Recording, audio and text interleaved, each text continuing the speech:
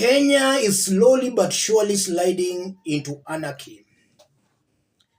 The judiciary has been captured. All independent government institutions have been captured. The police service has also been captured. They are no longer independent, but they are serving the interests of some rogue politicians in the government. We still remember a few months back when some senior police officers in Kisii, DCI officers, there was a leaked audio where they were planning to frame Simba Arati, the Kisii governor. So it's actually true that systems are failing in Kenya. And even during these recent demonstrations, the police have failed to protect lives and property. Goons have been breaking into people's shops. The police were not able to contain them. Instead, the police was killing innocent, demonstrating Kenyans.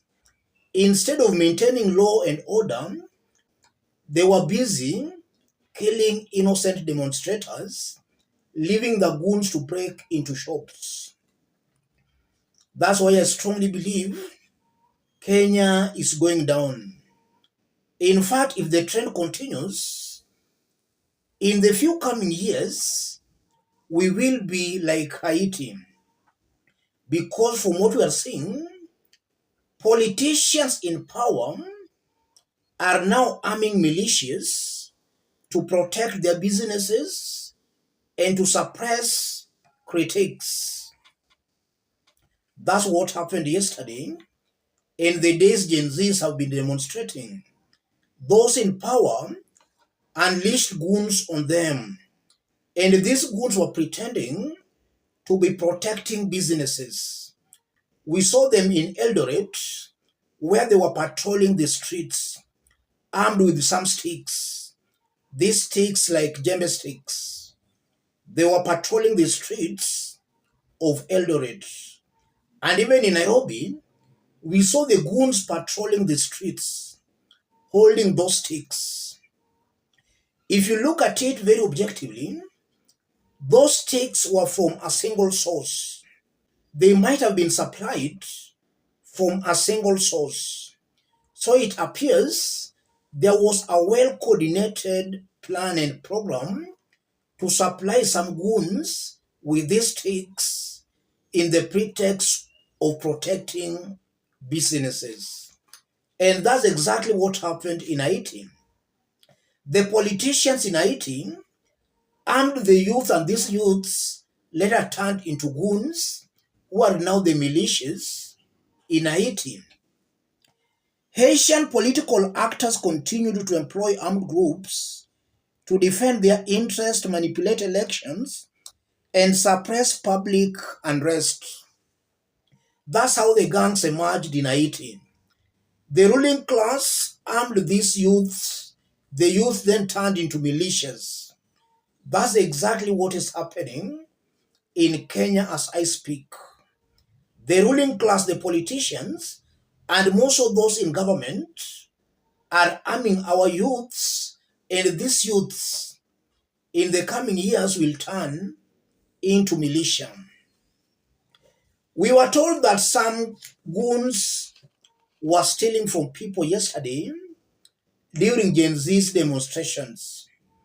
It's interesting, some have come out live on camera to say exactly what happened. Listen to this. Bana jo. Tuende hapo sipi yola hapo. Manguare. Kisha na maana tulikuwa watu 50 mpaka dima vijana mpaka na mavijana wenzangu. Wakatupatia marungu bana. Wakatupatia hizi marungu. Sasa mnatupatia kazi tunashinda mpaka hadi wenzetu wengine wanapigwa hadi na matia sasa hadi mpaka wanabaki. Bana. Kisha na maana sasa hivi tunapiga masimu, hizo masimu zetu hazishikwi, tunashanga kwa ni rada ni gani mpaka watenje saizi hawatushiki matenje. Tunaenda mpaka huko Riverside. Na ikitushaokolea jo tumeshawalindia mamali zao itakuwa ni aje. Mnatupatia tulinde nazo town, watu wasiingie town.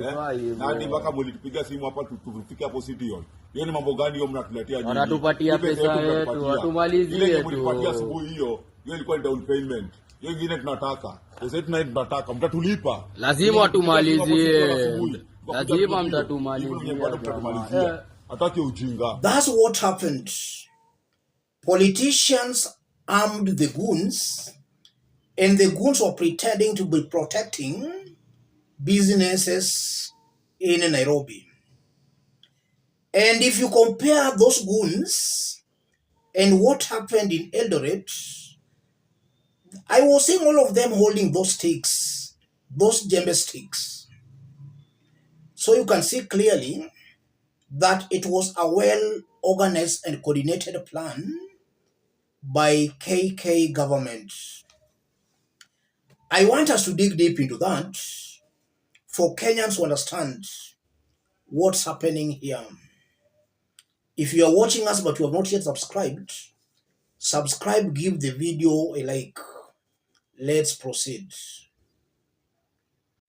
If you listen very well to those goons, they are saying they were called very early in the morning, and I've heard them talking about City Hall. I've heard them talking about City Hall. But what happened was beyond City Hall. The top leadership of Kenya Kwanza planned all this.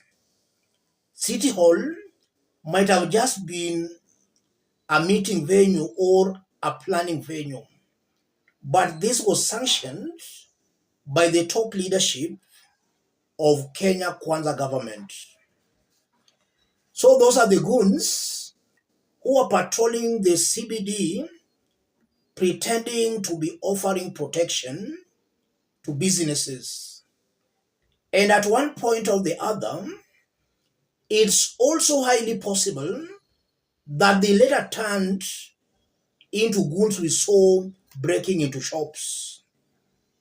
Or alternatively, there might have been a section that was to pretend to be providing security. Another batch was to break into the shops. That's a style politicians all over have been using. They used that in Haiti, and they are now using that in Kenya.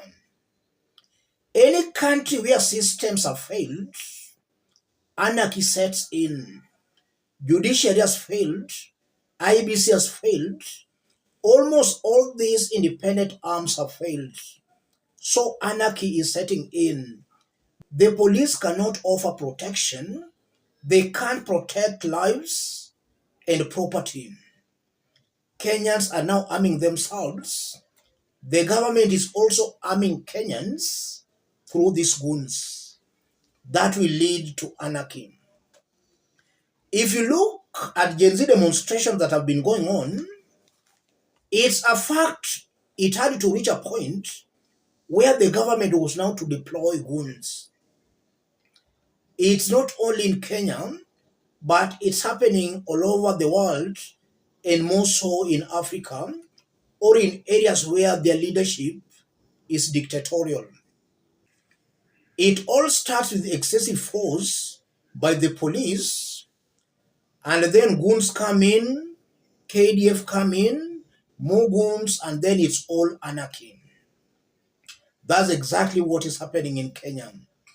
And as time goes by, the situation is only but going to worsen because Kenyans took to the streets because of the high cost of living and the fact that Ruto has mismanaged the economy. That's why Kenyans took to the streets. And looking at Ruto, in the coming weeks, months, life is only but going to be more difficult. So Kenyans will still take to the streets. There is no way you can silence a hungry person. As time goes by, more and more Kenyans will be on the streets, and the government will apply more and more goons. So it will be total anarchy. It's very ironical that William Ruto saw it fit to take our police service to Haiti, while a similar situation is building up in the country. That's very interesting, very ironic. All in all, as I conclude, I believe William Ruto has lost the moral authority to govern. The best thing, therefore, he should do is to resign, to allow Kenyans elect new leaders who are competent. Ruto has proved to be incompetent. And the more he still holds on to that office, the more he's destroying our country. Mr. President, do the necessary. Kenyans have lost confidence in you. If you are patriotic enough, just go let Kenyans elect new leaders. Let me stop it there. If you are watching us but you have not yet subscribed, subscribe, give the video a like. Thank you. God bless you. God bless Kenya. Let's meet in our next analysis.